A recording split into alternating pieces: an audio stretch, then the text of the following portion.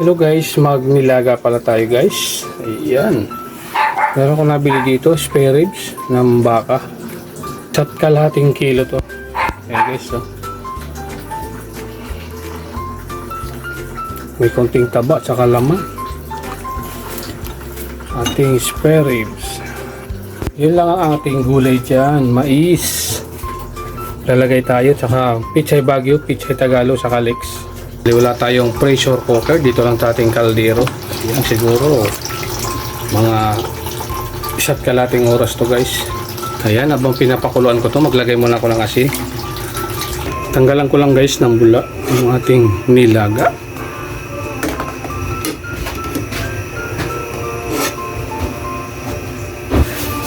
Lagay tayo ng sibuyas. Yan, nalaglag na yung kalahati agad.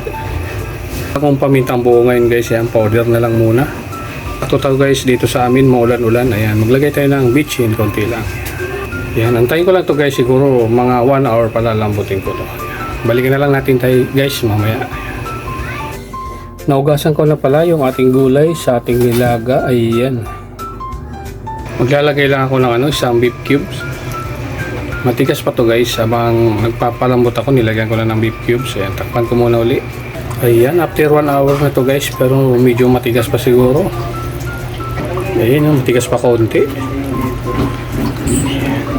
Half hours na to guys, pero okay na to guys. Yan, tikman ko lang sabaw.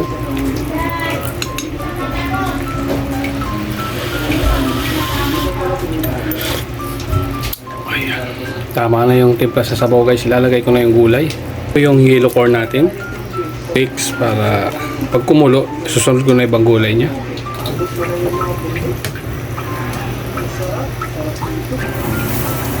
Marami tong gulay. Tapos pichay Baguio, pichay Tagalog, konting Baguio beans tayo, sama na natin yan. Ayan, luto na to guys, kain na tayo. Ayan, sana nagustuhan nyo guys yung ating nilagang baka.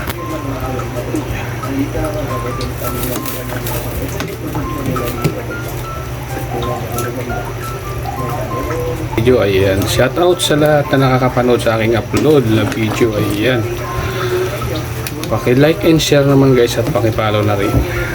Salamat.